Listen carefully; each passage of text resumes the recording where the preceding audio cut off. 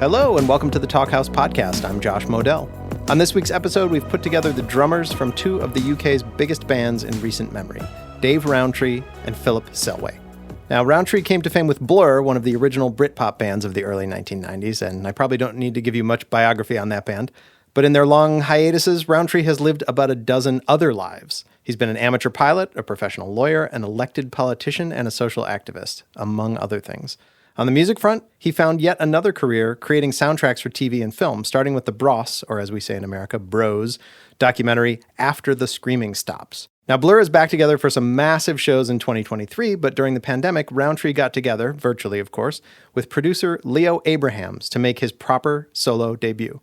Freed from the constraints of both his bandmates in Blur and showrunners, Rowntree did his own thing, and the result is Radio Songs, a delightful 10-song album that flirts with Britpop here and there, but flirts with other interesting sounds as well. Here's a little bit of London Bridge. Now, Philip Selway is best known as the drummer for another huge British band, Radiohead, with whom he's been making music since 1985. Though he always had the itch to write his own songs, it wasn't until 2010 that Selway actually took the leap and released his first solo album, the gentle Familial. In between Radiohead duties, he's found the time to release another one, the more sonically expansive Weather House from 2014, and work on some soundtracks as well. Selway is now gearing up for the release of his third and most ambitious album yet. Strange Dance comes out toward the end of February, and it features a bunch of Selway's musical friends on a very cinematic yet personal sounding set of songs.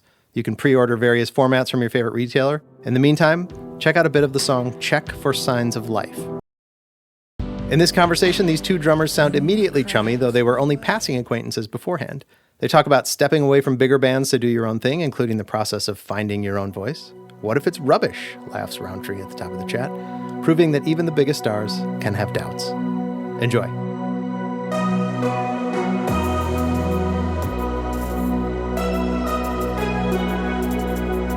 So, Dave.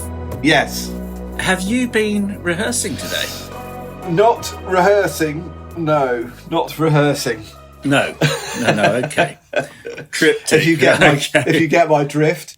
I get your drift. Oh.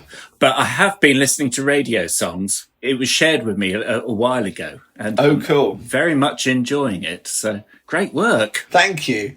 It almost never happened. I don't know if you feel the same, but it always seemed like there was only downsides and not upsides to taking that kind of artistic risk. Yeah. You know, there's kind of lying awake at night at 4 a.m. thinking, what if I do that and it's rubbish? People will point at me in the street and laugh. But if I do it and it's good, people will go, well, it's in Blur. Yeah. All of those thoughts evaporate in the daytime, but in the nighttime, 4 a.m. lying awake, full of anxiety and trepidation. It's like, oh God. What if it's rubbish?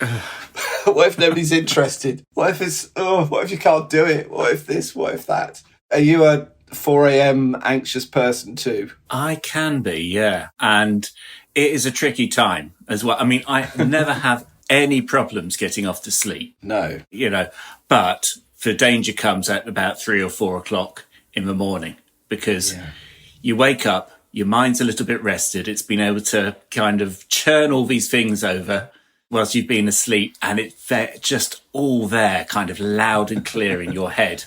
And I think it's just that kind of brain pattern that you get into, something to do with that sleep pattern. It's just that everything just seems to be so much more vivid. I find I need to talk myself down at that point.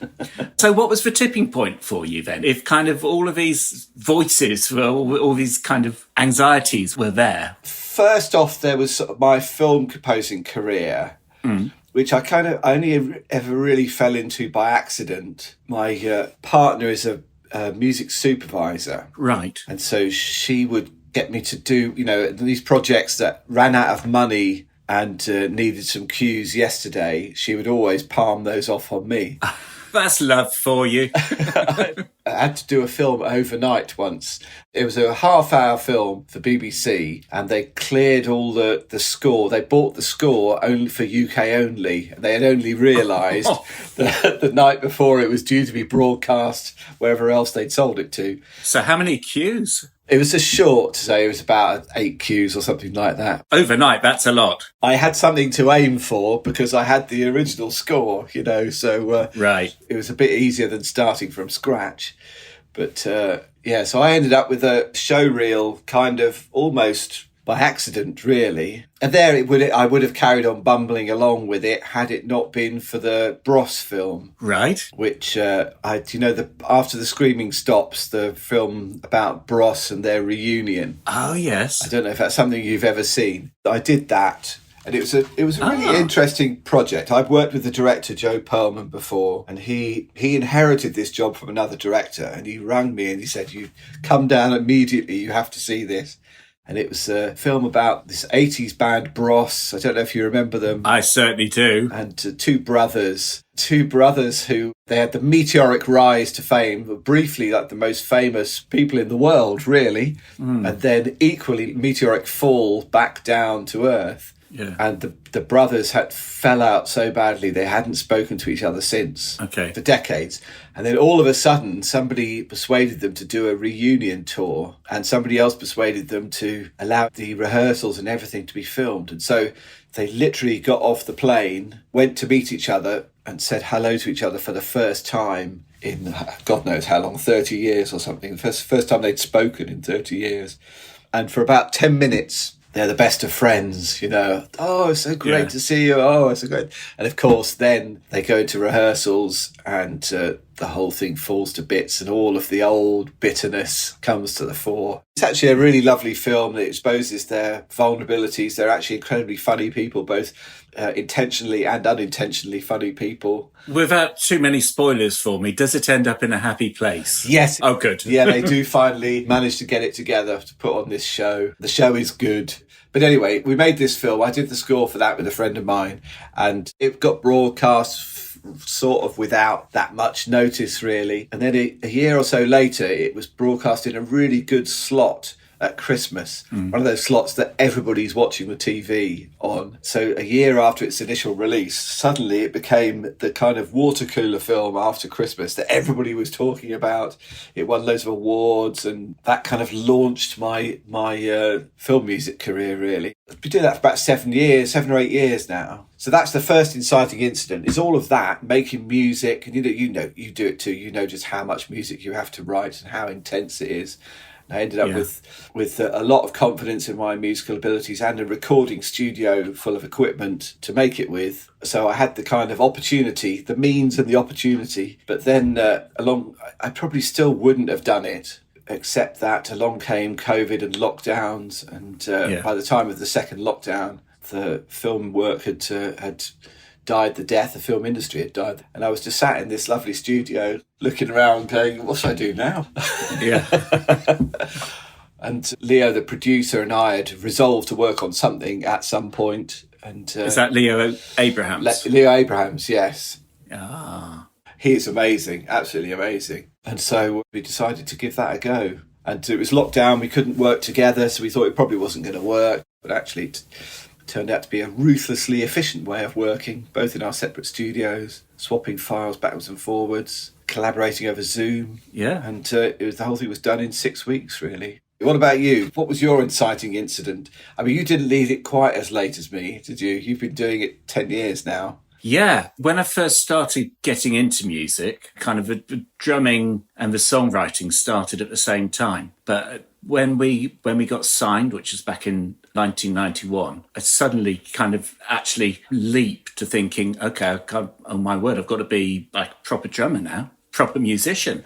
And it seemed like quite an uphill struggle, really. So I really just focused on my drumming for a while. And then gradually the kind of the songwriting came back through. It's kind of what I do in my downtime, really. And just to remind myself that kind of, I do have a musical voice beyond that context, beyond the drumming and everything.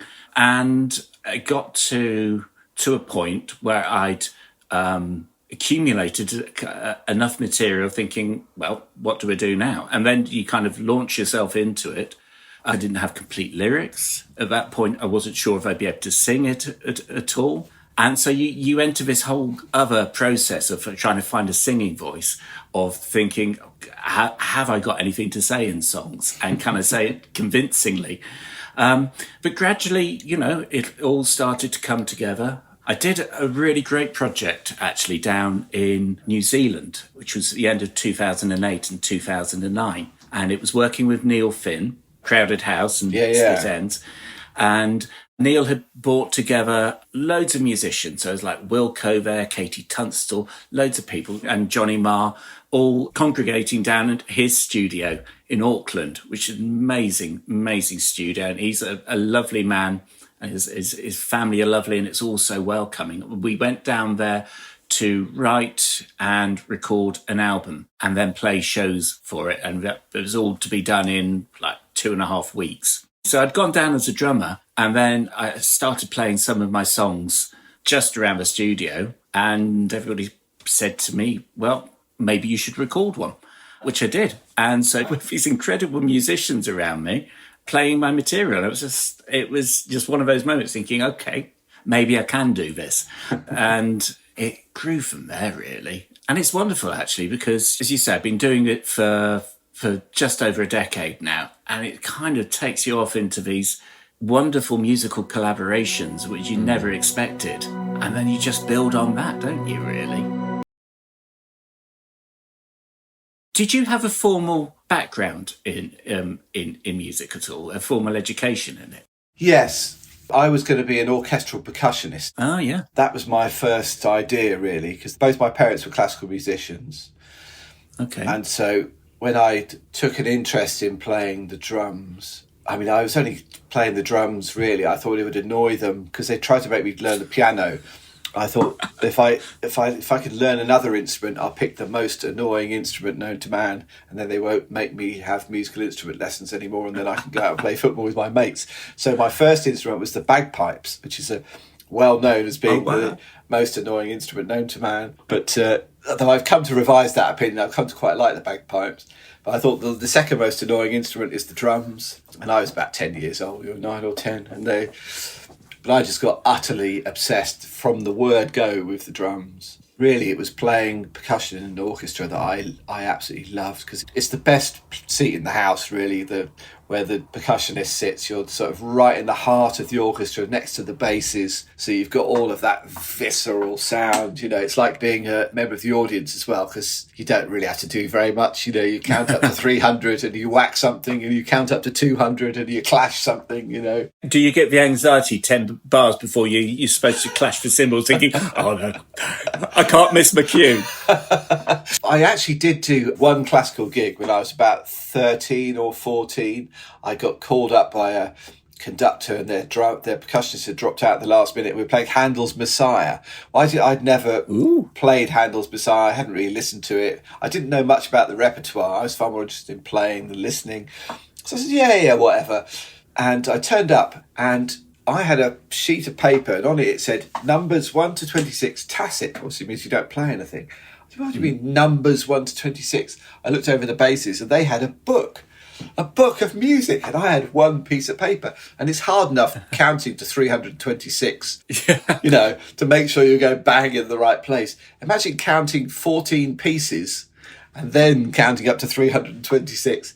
I thought, there's no way I'm ever going to do this. So I leaned over to the bass player and I said, could you just give me a nudge when we get to piece 14? Of course, he forgot to do that. So in Handel's time, the timpani parts were improvised. So I thought, I know what I'll do. I'll do what Handel would have wanted. I'll improvise the timpani part.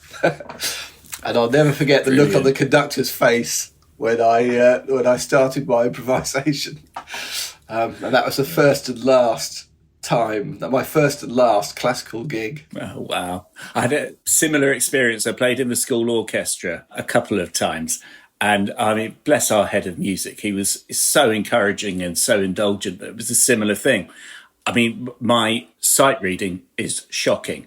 And so I was playing the snare drum, and he would just let me get on with it. Just make it up as I was going along. No, I was the same.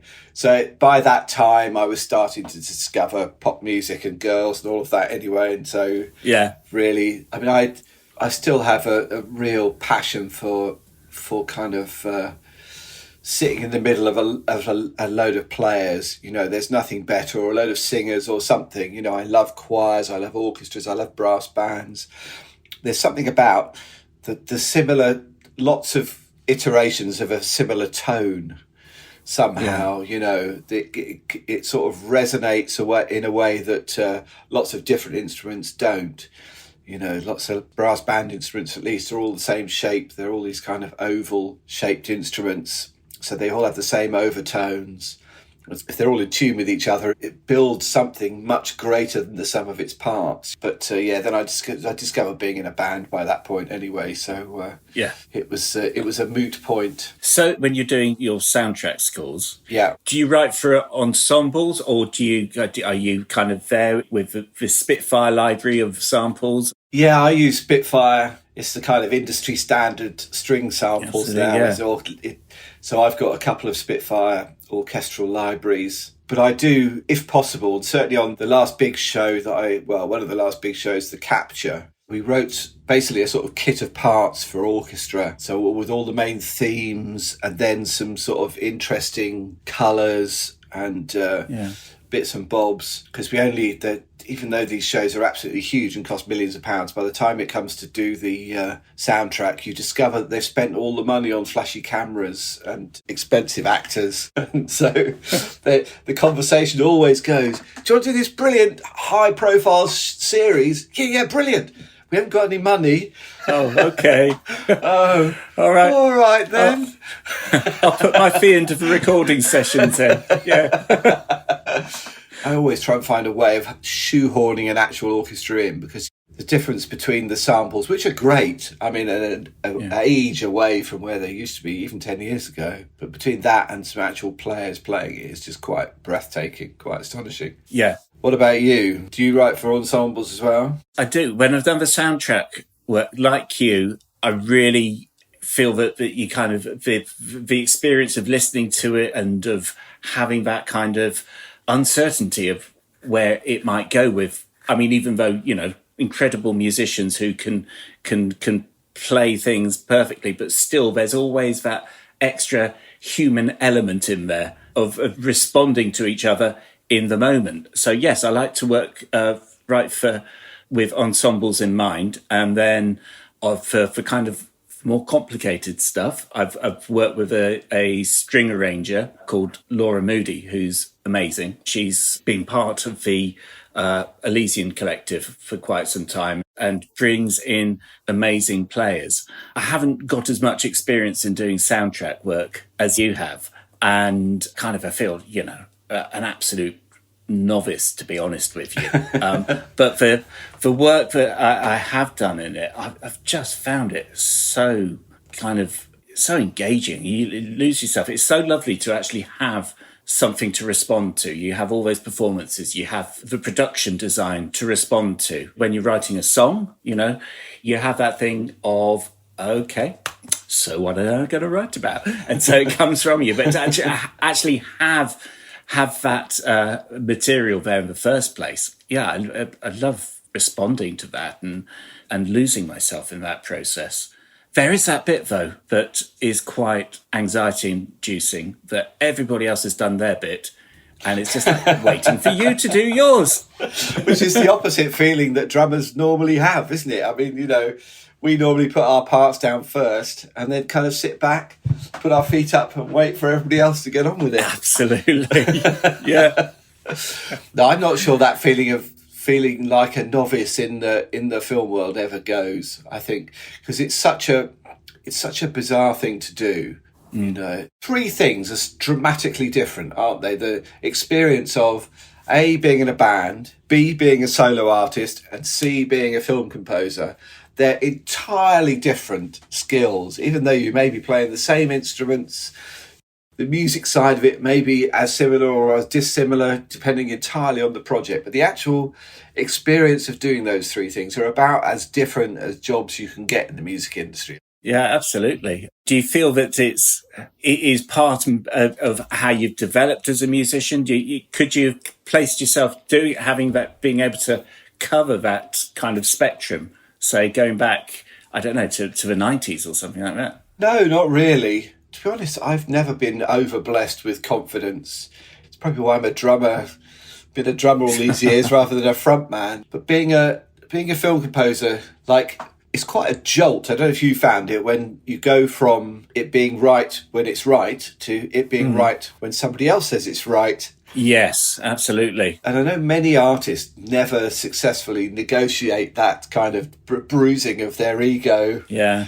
So maybe if the ego is too big to start with, it's kind of it's terminal. I often find that kind of it's the constraints in what you're having to do often that are the most creative things, because the constraints put problems up, and once you're problem solving, that gets you out of that, oh my God, what am I going to do state that you were talking about, what am I going to write about? Yeah. Like that blank page thing is the most terrifying. If that being the solo artist is the ultimate blank page, isn't it? My first album's out. Now I'm thinking about album number 2. And I'm going, well, hang on, I've just used up all my ideas in album 1. What if I don't get any other ideas? What on earth is this next album going to be about? It could be about anything. I can have any instruments I want. I can write in whatever form I want, which it should be liberating, but in fact is absolutely terrifying. But in the film world, you've got to hit the beats of the scene. You've got to work within the kind of instrumentation that you've agreed with the director or the producer or the showrunner. Even if you think you've written the best piece of music that's ever been written for any film in history, you're not the ultimate arbiter of that. Somebody else is. And if it ain't right, they'll tell you to do it again. And if it ain't right 20 times, you'll be doing it a 21st time. It's kind of... And then being in a band is different again. It's a successful band anyway. You have a brand, you have an image, you have people kind of looking on to surrounded by a team, a large team in many cases, especially when you're on tour. Everything's geared towards the show. In a way, musicians start to get infantilized by that, don't they? Because whatever happens, absolutely, 50,000 people have bought a ticket. You're going on stage at 9 o'clock. I don't care what happens. You're going to be on stage at 9 o'clock, So it's a very, very different experience again. I think that's a very good way of describing it as becoming infantilized, because actually you can go into this bubble where you don't really need to make any decisions. Everything is done for you. And that's actually a really unhealthy place to be. It's kind of fun for a short time, but it kind of stunts your development as well. And I think you kind of have to keep that very much in mind, don't you? You have to kind of pull yourself out of that state. I'm not sure I did pull myself out of that state. I think I was quite comfortable there, but the band's kind of collapsed a bit, and I found myself spat out of the machine back into the real world. Where suddenly there weren't people there picking up the pieces and paying my bills and making sure I was okay. And that was quite a jolt, really. I found that quite a difficult used transition. That time well, though, haven't you? Well, I've kept busy. You're absolute Renaissance man, aren't you? Really? Well, it's a Renaissance idiot. I do lots of things, but I'm not saying I'm very good at any of them. But I do lots of things. It's absolutely true. But part of that is, my hobby used to be drinking, and when I gave up that hobby, I found that there were all these hours in the day, and I found I really regretted all the wasted time. I felt like I've been given this sort of wonderful opportunity to kind of, tackle the world head on and make of it all I wanted. And I kind of squandered that for 20 years, and it felt that time was quite precious. And, So I just kind of threw myself into all kinds of things. I became the kind of person that just said yes yes first and ask questions later. And I found that that's taken me down some rabbit holes, but also it's taken me to some really interesting places. You must have had to become kind of like laser sharp levels of organisation. If only. No? that would. No, I'm still fairly lastminute.com. What's the most urgent thing? I firefight like a crazy man. I know what I need is a PA with the laser sharp levels of organisation. That's why I've been dragged and screaming to the conclusion that after 58 years, it just ain't going to happen, and I'm going to have to buy that skill rather than develop it. So what are you working on now? So at the moment, I'm just building up to release an album at the end of February. So it's going to be my third actual song-based solo album. I have contrived through a mutual friend to have a sneak peek of that, and it's very good. So well done. Thank you very much. Yeah, so I'm coming up to start some shows next week. So it's Independent Venue Week next week, and so I'm out doing 5 shows. I've been invited to be an ambassador for them this year, so the shows are part of that. So yes, been busy rehearsing and getting ready for the other kind of live stuff that's coming up, and starting kind of that, as you've described, that kind of round of interviews, of talking about the record, which is, very grateful that people want to talk about it. That's always very welcome. And it feels good to actually be coming to the point where the record will be released, because I finished it about a year ago. And it kind of in the current climate with, very full schedules and that backlog of vinyl, actually trying to get your vinyl printed kind of takes ridiculous amounts of time now, doesn't it? It's like 9 months lead time on it in some instances. And so that's been an adjustment, because normally, I think we've been brought up on that cycle of deliver a record and then 3 months later it will be released. But with that as well, it's given me time to kind of really develop some ideas working up to this and prepare properly for it, and working with people on the videos, kind of developing ideas around that. And it's been kind of nice having the breathing space in there as well. Yeah, I know what you mean about the vinyl thing, and that scuppered me as well. My album was ready for probably 18 months, realistically. Right. Well, certainly a year. But that was the first I'd heard of these vinyl delays, was when I went, right, when can we get this out? Yeah. The bad news was broken, that it was going to be at least 9 months delay, and 9 months meant it was going to be, the earliest we could release it was Christmas, so pointless doing that, so we're going to have to wait till at least January. And I thought, well, there's good sides and bad, silver lining and everything. I think that's at least going to give me 9, 10, 11 months to get all my ducks in a row. I can get all my videos shot. I can do all of this kind of stuff. No. Did I tell you, lastminute.com still was shooting videos a week before, panicking as to whether they're going to be edited in time. It sounds familiar. No, what did I do with that 9 months? It's kind of crazy. But the other big thing, which you've probably solved now, but I'm used to with Blur having a team, so if we need an album sleeve, we have teams of people that have produced great album sleeves. We have sound engineers, we have lighting people, but starting again from scratch, I had nobody. Building up that team has been the real challenge, to be honest.